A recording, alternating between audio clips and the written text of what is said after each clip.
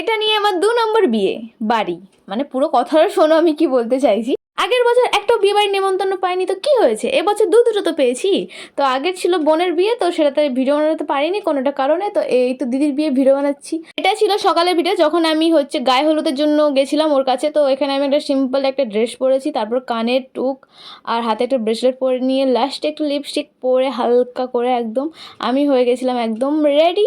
তো চলো যাওয়া যাক।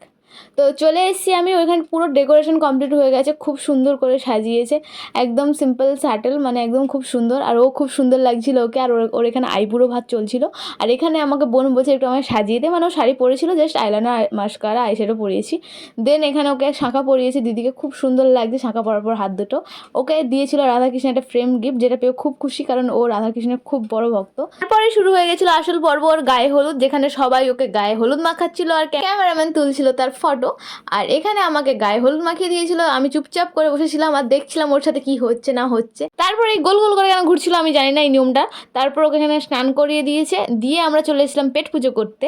পেট পুজো হয়ে গিয়ে চলে গেছিলাম বাড়ি।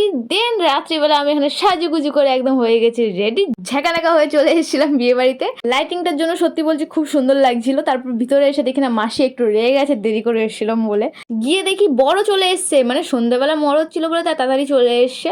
আর এখানে বর কনে দুজনেই মণ্ডপে বসে গেছে, হাত বন্ধন করে দেওয়া হয়েছে, যেটা নিয়ম নাকি বোন খুলবে গিয়ে, তার বোন খুলতে গিয়ে দামাদামি করবে না, এটা কি হতে পারে।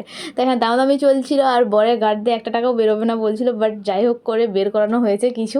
দেন তবুও বলা হচ্ছে আর একটু দেওয়া, বাট হাতে টাকা ধরে নিয়েছে মানে আর কি দেবে তারা। তারপর এখানে হাতের বন্ধন খুলে দিয়েছে বোন। দেন আমি এখানে চলে এসেছিলাম একটু ফুচকা খেতে। তারপর সেই সেরা মুহূর্ত সিঁদুর দান, যেটা প্রত্যেকটা মেয়ের জীবনে একটা সেরা মুহূর্ত আমার মনে হয়। আর আশা করি ওরা খুব ভালো থাকবে, এটুকুই চাই ভগবানের কাছে। আর এখানে বৌদির সাথে একটু প্র্যাঙ্ক করছিলাম, ফটো তুলছিলাম বলে ভিডিও করছিলাম। তারপর এখানে আমরা চলে এসেছিলাম খেতে, যেটা বলতে গেলে সবই নিরামিষ ছিল, কারণ বৈষ্ণব ধর্মে বিয়ে হয়েছিল। আর সত্যি বলছি সব খাবারটা সুন্দর, সব খাবার টেস্টি হয়েছিল। লাস্টে আমি চললাম বাড়ি পেট পুজো করে। আবার দেখা হচ্ছে অন্য কোনো ভিডিওতে, টাটা।